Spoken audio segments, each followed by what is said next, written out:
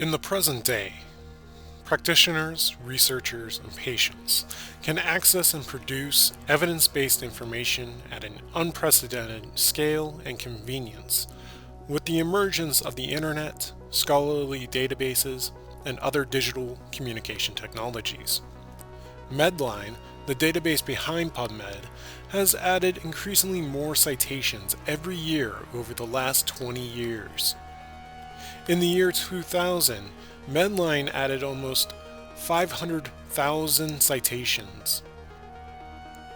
By 2020, that number has doubled, with nearly 1 million citations added annually. This mass production of research has required technologies that enable us to efficiently search for evidence-based information, such as internet search engines and scholarly databases. Otherwise, we would face an information overload, as we do not simply have the time, energy, skills, or resources to locate and consume every piece of information available.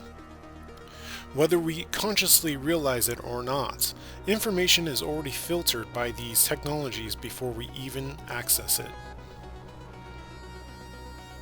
Although the internet and scholarly databases have certainly enhanced the movement for evidence-based practice, a central question is raised.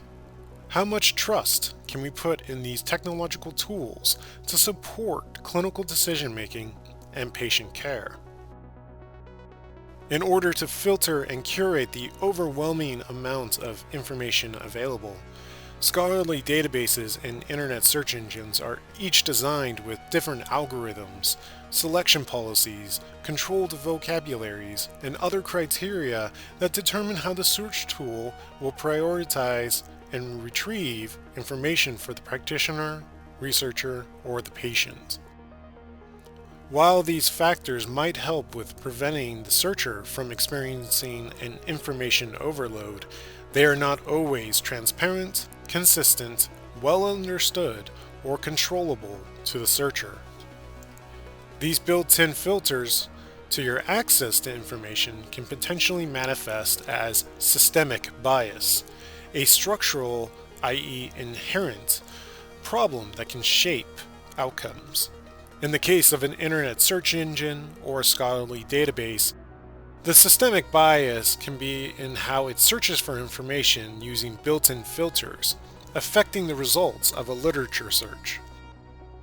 Research has shown different ways that systemic bias can manifest in and influence our search for evidence, such as racist tendencies in Google's algorithms when searching for information about women and girls of color, or how scholarly databases are not typically designed with patient-practitioner encounters and in-the-clinic settings in mind.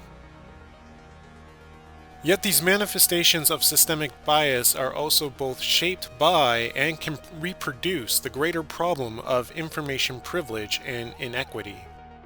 Not every researcher, practitioner, or patient has the same access to the same resources for finding evidence. This problem has ramifications for not only who has access to evidence-based information, but who is able to produce evidence-based information in the global research landscape.